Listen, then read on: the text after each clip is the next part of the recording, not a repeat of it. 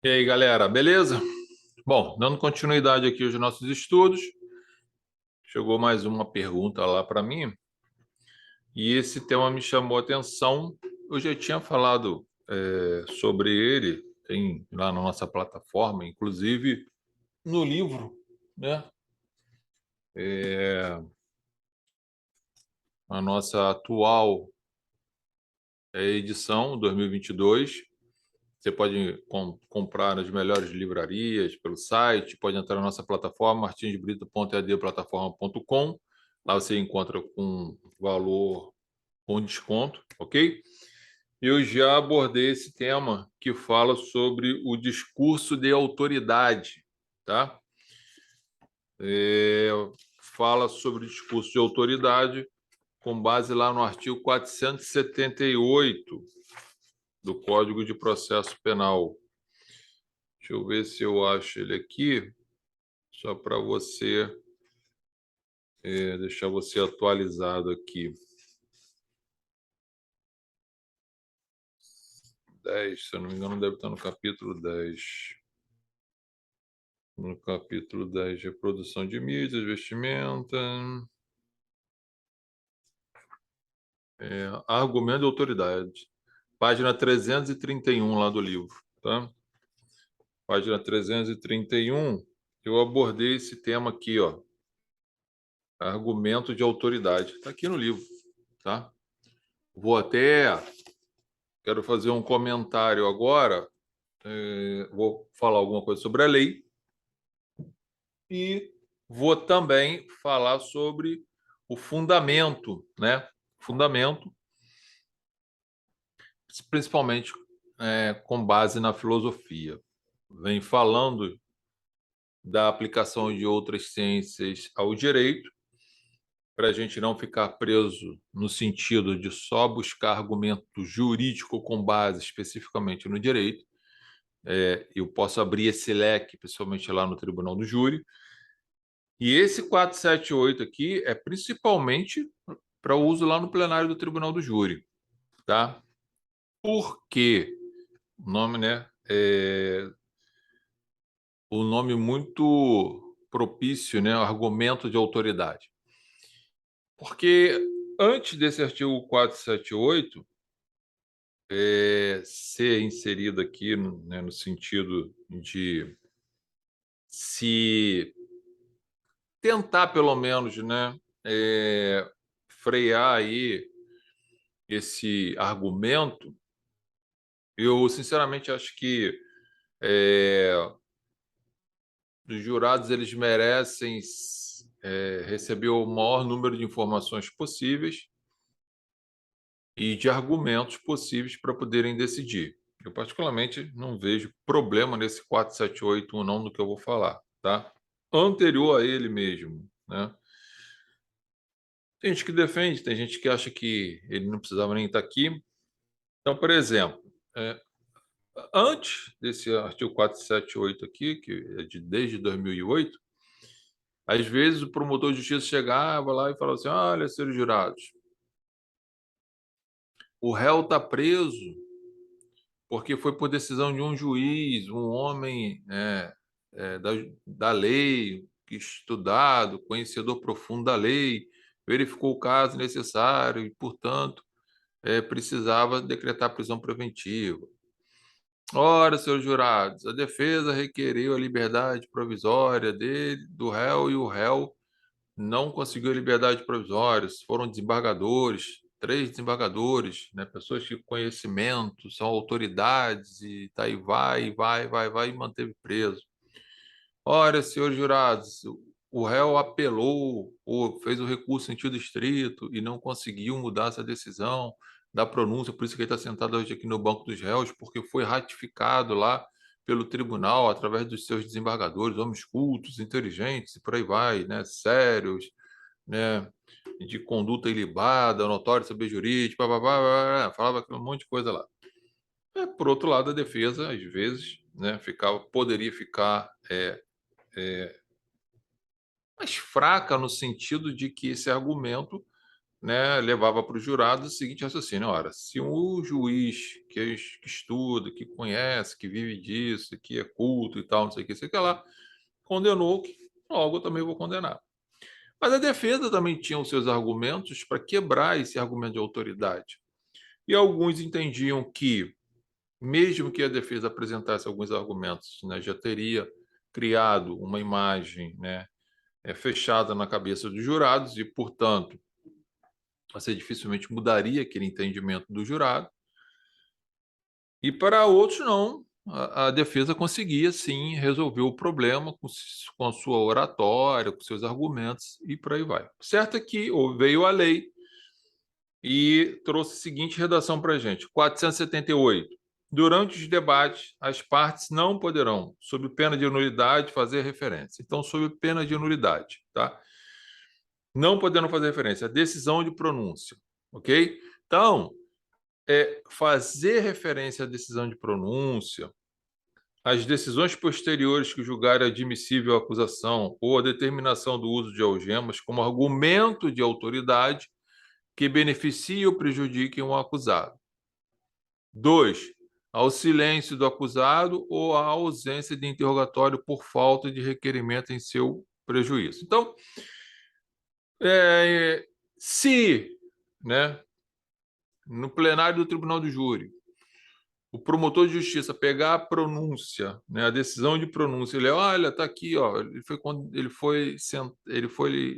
foi trazido aqui, sentado ao banco dos réus, porque o juiz na pronúncia falou isso, e o juiz é um homem culto, inteligente, íntegro e pá, blá, blá, blá, blá, blá, por isso que ele está aqui. Isso gera nulidade, ok? Da mesma forma, né, que ele fala aqui, ó, da decisão de pronúncia, das decisões posteriores que julgar admissível uma acusação. Então, por exemplo, você conseguiu impronunciar o seu cliente, o MP recorreu e a MP vai agora consegue a pronúncia. Então, o promotor pega a decisão lá de pronúncia com base no acórdão e fala, olha, os desembargadores, homens cultos, inteligentes, mas experientes, conseguiram, entenderam, viram que era necessário esse homem estar sendo julgado, portanto, provavelmente ele praticou esse crime. Se não pode ser feito sob pena de nulidade. A leitura simples da pronúncia não gera nulidade, segundo o STJ. Eu até acho que não gera mesmo, se for lida, simplesmente lida, a pronúncia, porque os jurados têm a pronúncia na mão lá, eles recebem, então eles já têm conhecimento do conteúdo, ok? Do mesmo jeito, não pode, ok? Não pode, se o réu utilizar o direito de ficar em silêncio lá no plenário, não pode o promotor falar, olha, quem cala consente, porque ele praticou, por isso que ele não quis falar, que ele não quer se autoincriminar e falar um monte de coisa lá, gera nulidade. Se você for observar aqui, está falando sempre em situações que prejudiquem o réu. Alguns colegas, né, falam que se for decisões posteriores que beneficiassem o réu, né, poderia falar.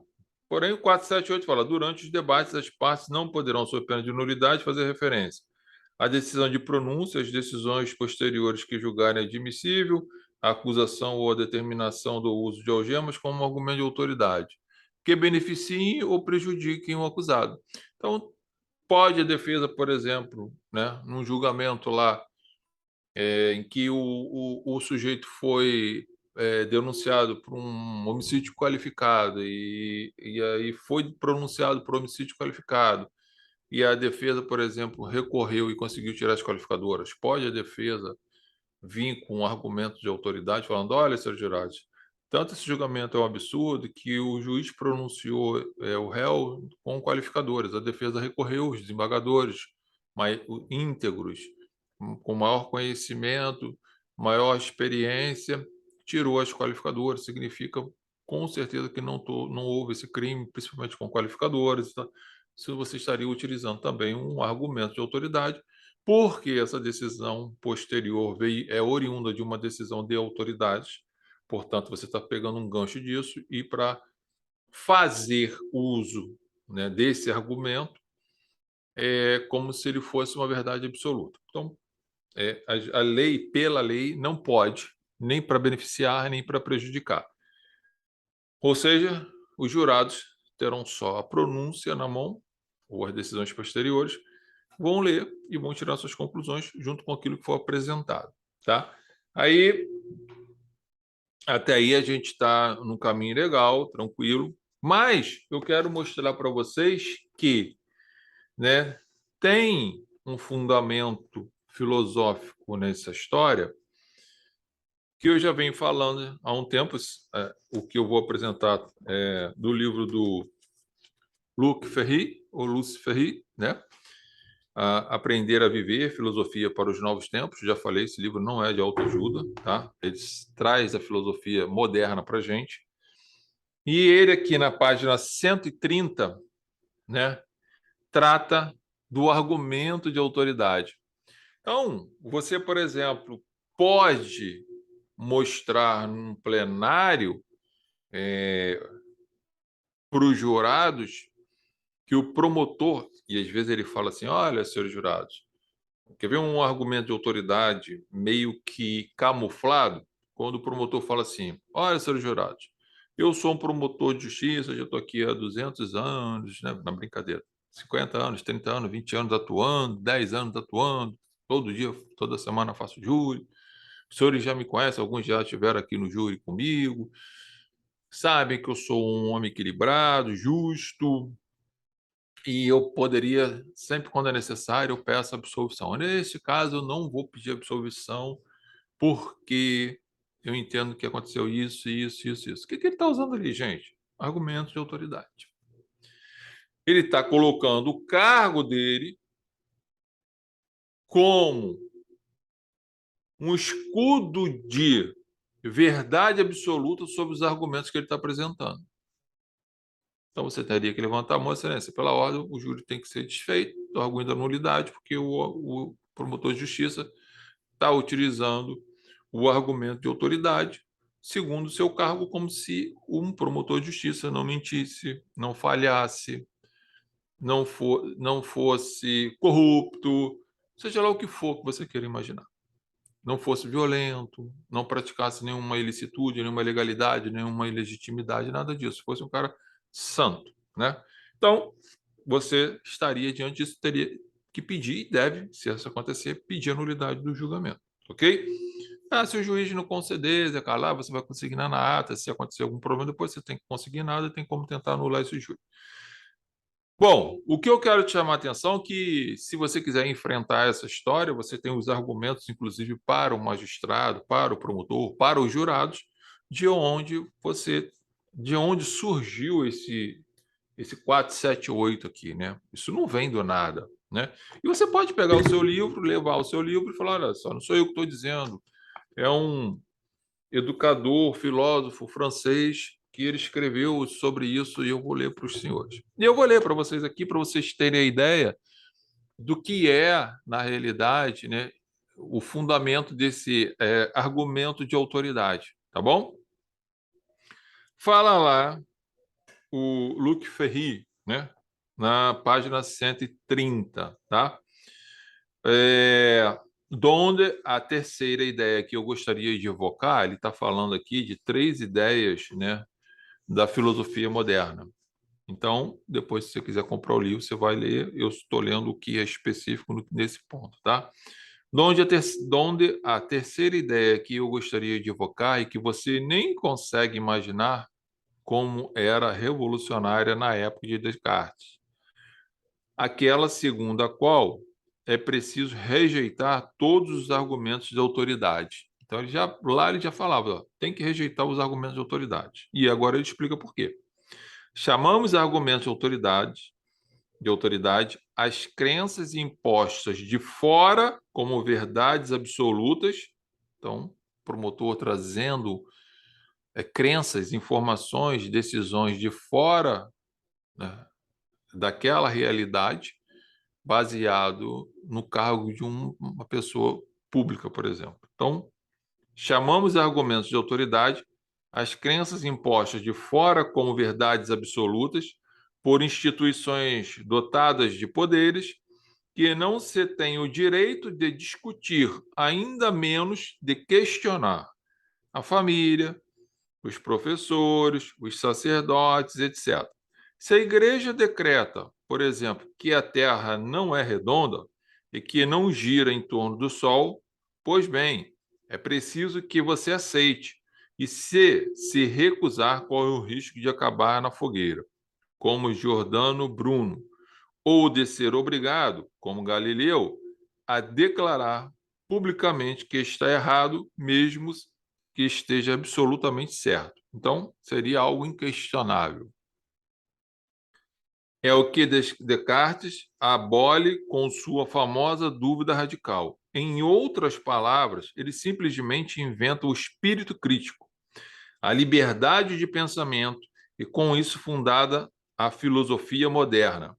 A ideia de que deveriam aceitar uma opinião porque seria a mesma das autoridades, quaisquer elas fossem, repugna tão fundamentalmente aos modernos que ela praticamente acaba por defini-la como tais. De fato, acontece que às vezes confiamos numa pessoa ou instituição, mas esse gesto em si perdeu o sentido tradicional. Se aceito seguir a opinião de alguém, é em princípio porque elaborei boas razões para fazê-lo, não porque essa autoridade se impôs a mim de fora, sem reconhecimento prévio oriundo de outra certeza pessoal subjetiva, de minha convicção íntima e, se possível, refletida. Parece-me que essas poucas explicações você já pode perceber melhor em sentido se diz que a filosofia moderna é uma filosofia do sujeito, o humanismo e até mesmo o antropocentrismo, quer dizer, no sentido etimológico, uma visão do mundo que coloca o homem, né, e não o cosmos como a divindade no centro do tudo. Então, o que ele está dizendo aqui? Não é porque alguém que tem exerça um cargo, exerça uma função, tem uma condição intelectual que diz que é alguma coisa, né? E você é obrigado a acatar, sob pena de sofrer represálias como essas pessoas sofreram. Galileu, por aí vai, né? E aí o homem não era o centro da questão, era praticamente um objeto que não podia se raciocinasse, não podia expor a contrariedade dele, né? Então, portanto, era obrigado a aceitar aquilo. Esse era o argumento de autoridade. Então, o argumento de autoridade não pode ser utilizado com esses fundamentos aqui, porque não pode ser através de crenças impostas com base em cargos, condições sociais, intelectuais, seja lá o que for, obrigando, seja expressamente ou obrigando implicitamente, em razão dessas condições, que o sujeito acate aquela proposta que foi colocada na mesa para ele. Tá? Então, o fundamento está aqui. Mais uma vez, estou provando para vocês que você não pode ficar adestrito, fechado somente ao campo jurídico. Você precisa das outras ciências, e as outras ciências, principalmente a filosofia, traz para a gente esclarecimentos de institutos que são utilizados no direito, e esses institutos que são utilizados no direito com fundamento na filosofia e em alguma outra ciência, eles estão fazendo com que o direito se movimente. Tanto o direito está se movimentando que lá em 2008 foi criado, né, a impossibilidade do uso do argumento de autoridade sob pena de nulidade. Significa dizer o quê? A sociedade está evoluindo e a lei não pode ficar paradinha aqui sem fazer nada. Ela tem que evoluir para os dois estarem andando junto e aí a gente tentar equilibrar esse negócio aí. Então, aqui tem, né, o fundamento do discurso de autoridade. Tá? Esse livro aqui é um livro super legal. Luc Ferry, Aprender a Viver, Filosofia para os Novos, editora Objetiva. Tá? Volto a falar, quem pega aqui o título, pensa que isso aqui é um livro de autoajuda, não tem nada a ver com autoajuda, tá, gente? É um livro falando sobre filosofia, sobre moral, sobre ética, e aqui essa questão sobre decisão, sobre conhecimento, sobre você poder ter o direito de raciocinar, pensar, refletir e decidir, né? Então, isso é a questão da filosofia, que já vem com uma filosofia moderna não amparada naquela ideia que eu já falei anteriormente, né? Da questão natural, do sujeito ser mais por questões naturais, depois do cristianismo passa a ter o mérito, e o mérito traz a questão da igualdade para sair a democracia. Enfim, tem todo um histórico nesse negócio legal que você pode abordar no plenário lá do Tribunal do Júri, ou até mesmo utilizar como fundamento nos seus recursos para você anular um julgamento e chamar a atenção dos magistrados, das cortes e por aí vai, para obter o que você pretende, tá? Mais essa informação aí para vocês na nossa plataforma martinsbrito.edplataforma.com. Temos os nossos cursos jurídicos, temos a assinatura prêmio que você assina, paga um valor por mês e tem acesso total aos nossos cursos e à plataforma, tá? Meudigicard.com.br Martins Brito Advocacia, você encontra todos os nossos endereços eletrônicos, endereço de escritório, enfim, muitas informações legais lá. Bons estudos aí para vocês, grande abraço.